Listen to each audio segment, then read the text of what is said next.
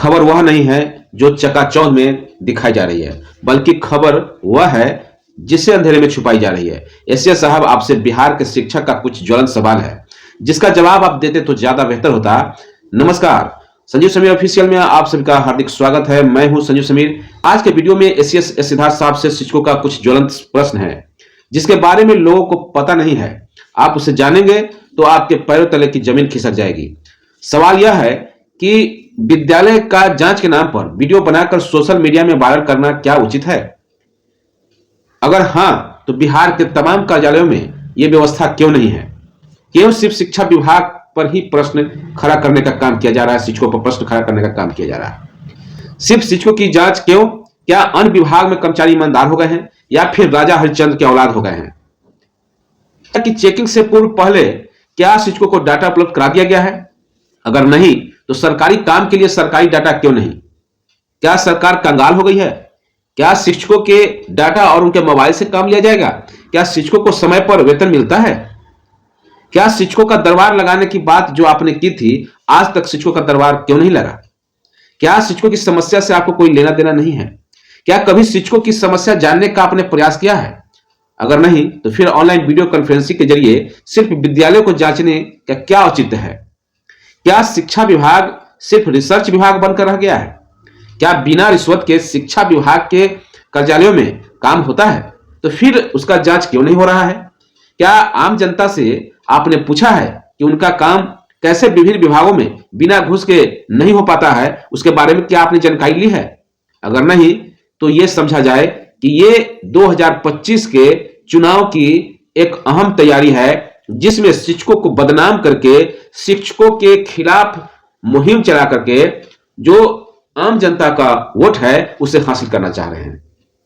यह सरकार की एक सोची समझी साजिश है। यह नीतीश कुमार जी की एक सोची समझी साजिश है कि कैसे वो चुनाव में ज्यादा से ज्यादा वोट पा सकते हैं और किस तरीके से शिक्षकों से अपना बदला वसूल सकते हैं। शिक्षकों ने अभी हाल फिलहाल में जिस तरीके से एकता का मिसाल कायम किया है, सरकार ने वो कभी सोचा नहीं था। सरकार ने यह सोचा था कि शिक्षकों को हम विभिन्न कैटेगरी में जब बांट देंगे तो शिक्षक बंट जाएंगे और शिक्षक बंटने के बाद सिर्फ और सिर्फ वे अपनी जो मूलभूत समस्याएं हैं उन तक ही सीमित रह जाएं। इसके अलावा जो बृहद समस्याएं हैं शिक्षकों से संबंधित, उसकी मांग नहीं करें। लेकिन जिस तरीके से तिरहुत स्नातक के चुनाव में शिक्षकों की एकजुटता दिखी और जवाब के तौर पर शिक्षक संघ के नेता को ही एमएलसी बनाने का काम कर दिया, तो कहने का मतलब यह है शिक्षक अब समझ चुके हैं, शिक्षक जागरूक हो चुके हैं, शिक्षक अब रुकने वाले नहीं हैं। अगर यही स्थिति रही तो आगे जो एमएलसी का चुनाव होगा या एमएलए का चुनाव होगा और उसमें अगर शिक्षक प्रतिनिधि खड़े होते हैं तो शिक्षक पूर्ण रूप से उन्हें मदद करके सदन में पहुंचाने का काम करेंगे। जिस तरीके से शिक्षक समाज को बदनाम करने के लिए सरकार के स्तर से अगर जो ये कृत्य किया जा रहा है, जो काम किया जा रहा है, आप विभाग के स्तर पर कीजिए। विभाग में आप उस चीज को अभिलेख बनाकर रखिए, संचिका तैयार करके रखिए।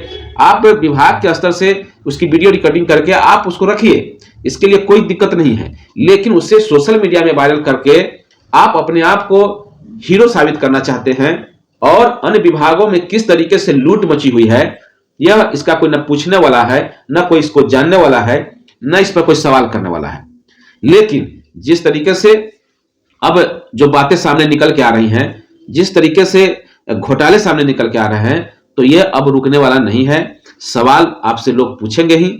जनता जनार्दन जो होती है वो भी आज न कल उनका आंख खुलेगा और वो आपसे सवाल करेंगे, क्योंकि जनता भी अब समझ रही है कि सिर्फ और सिर्फ यहां दिखावे की राजनीति चल रही है, वोट की राजनीति चल रही है, शिक्षक पर कार्रवाई की जा रही है, अन्य विभागों में लूट मची हुई है। अगर अन्य विभागों में देखें तो लगता है जैसे वहां हरिश्चंद्र के औलाद बैठे हुए हैं।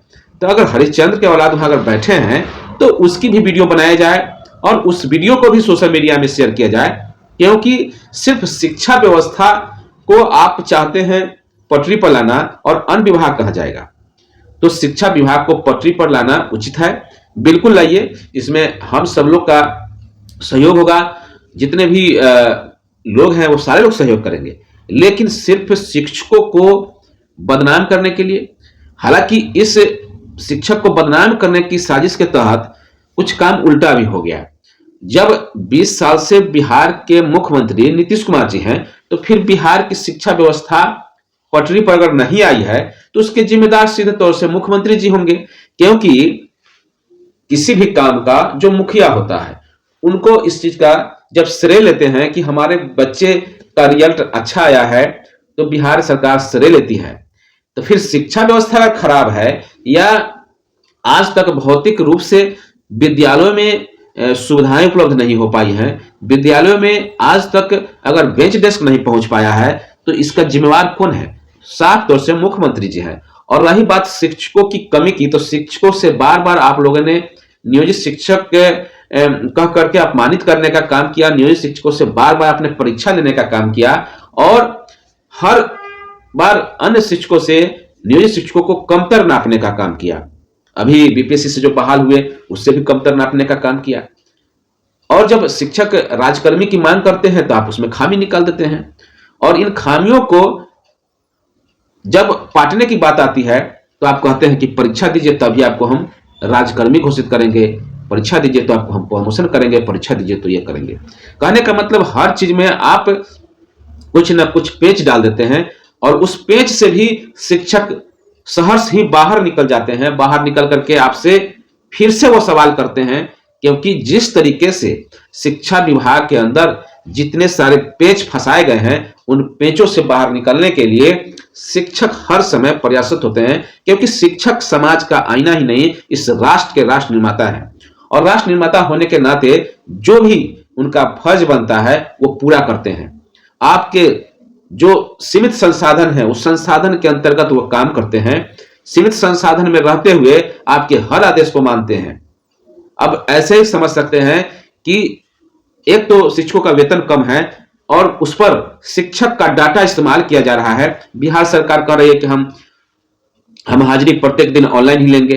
तो ऐसे परिस्थिति में चाहे अनचाहे शिक्षकों को अपने मोबाइल को स्मार्ट करना पड़ा, और स्मार्ट ही नहीं करना पड़ा बल्कि उसे एंड्रॉयड करना पड़ा, और 4G से 5G तक पहुंचना पड़ा, और सभी लोग मोबाइलों में अपने डाटा को अपने पैसे से मजबूरन रिचार्ज करते हैं क्योंकि उन्हें हाजिरी बनानी है।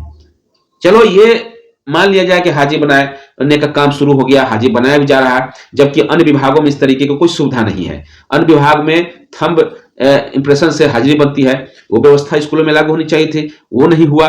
ऊपर से जब ऑनलाइन हाजिरी बनने लगी तो पहले एक बार फोटो डालने की बात थी, अब 2 बार, अब सुन रहे हैं कि 3 बार। तो इस तरीके से शिक्षकों को बार बार जलील करने का जो काम किया जा रहा है यह कहीं से भी उचित नहीं है। और जो लोग इस वीडियो पर आकर के ये कमेंट करते हैं कि शिक्षक लोग पढ़ाना नहीं चाहते हैं, सिर्फ सवाल करते हैं, तो आपको ये बता दें, आप लोग ये भी सवाल कीजिए अन्य विभागों में जाकर देखिए क्या इस तरीके का व्यवस्था वहां लागू है। अगर लागू है तो फिर शिक्षकों के लिए सब चीज सही है, शिक्षक करने को तैयार है, लेकिन यह व्यवस्था अन्य विभागों में भी लागू होनी चाहिए, न कि सिर्फ शिक्षक पर लागू होना चाहिए। आप जो लोग कमेंट करने आते हैं, आपसे भी सवाल है कि आप बताइए कि बिना घूस के आपका किस विभाग में काम हो जाता है, बिना भ्रष्टाचार के आप किस विभाग में अपना काम करा लेते हैं, ये आप कमेंट करके बताइए। कोई ऐसा विभाग नहीं है जो भ्रष्टाचार में संलिप्त नहीं है, हर विभाग भ्रष्टाचार से लिप्त है, और वहां पर भ्रष्टाचार करने वाले आराम से सारे काम को पैसे लेकर के, घूस लेकर के काम करते हैं। पैसा नहीं देने पर वो काम नहीं करते हैं। ये साफ तौर से इस वीडियो के माध्यम से हम कहना चाहते हैं। अगर मेरी बात कहीं झूठी हो तो आम जनता से अपील है कि आप कमेंट के माध्यम से बताएं कि ऐसा कौन सा विभाग है जहां आप गए हैं काम कराने और वहां आपका बिना पैसे का काम हो जाता है। तो और हम फिर से कहेंगे, खबर वह नहीं है जो चकाचौंध में दिखाई जा रही है, बल्कि खबर वह है जिसे अंधेरे में छुपाई जा रही है। तो इस शिक्षा विभाग के आप एसीएस नहीं है, बल्कि आप पूरे बिहार के प्रधान सचिव हैं। आपका फर्ज पूरे बिहार के सभी विभागों के लिए है, न कि सिर्फ और सिर्फ शिक्षा विभाग के लिए। तो फिलहाल इस वीडियो में इतना ही। वीडियो अच्छा लगे तो वीडियो को लाइक कीजिए, कमेंट कीजिए और अपना फीडबैक जरूर दीजिए, क्योंकि आपके फीडबैक के आधार पर ही हम वीडियो बनाने का काम करते हैं। तो और चैनल पर नए हैं तो चैनल को सब्सक्राइब कर लीजिए।